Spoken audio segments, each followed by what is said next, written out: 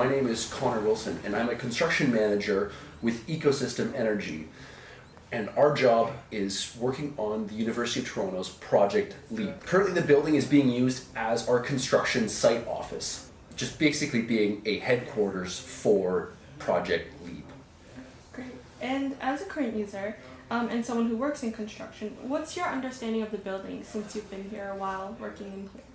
Well, as we were discussing before, this building actually has a very deep history, and our understanding is that it wasn't always a construction site office, that in fact when it was first built and first intended to be an observatory, a state-of-the-art piece of cutting-edge research back many years ago. And then I know not too long ago this was once the university student union or something along those lines. And then once COVID-19 pandemic hit, and also the university's extremely big vision for their landmark project to completely transform the front campus, I believe the constructor for that one, they needed nothing short of a small army to complete that project.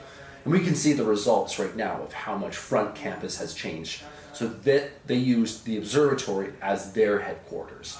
So for many years, it changed over from being the students' union to the construction headquarters for this landmark project. Now that project has come to a close, and Project LEAP is now up and running. So now that has been transferred over to become a site office for a different project. But it wasn't always a construction site office. And as we can see, as we'll go through the building, that the university is intending to change its use again. That this building is constantly in motion. This building, even from actually being physically moved at one point in time, to changing hands and changing uses as the university needs it to.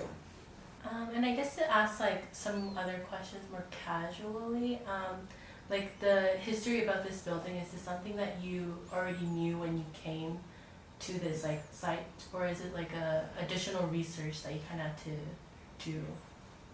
That's a good question. I didn't think much of the observatory before we moved in here, but as we've moved in and as we've seen the old facade and how it, and then also the dome that usually gets painted every year by the engineering students,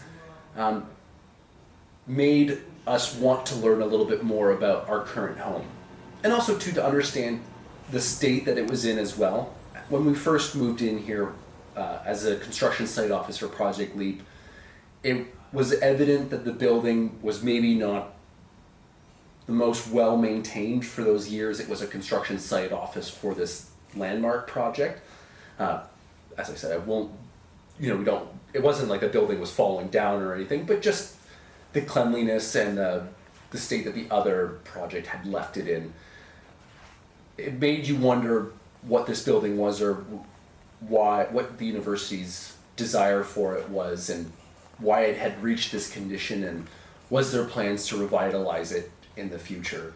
So it definitely, I didn't think much of it. I just knew it was the place that engineers painted all the time. But now, having worked here, it does encourage delving deeper into the history and learning something new.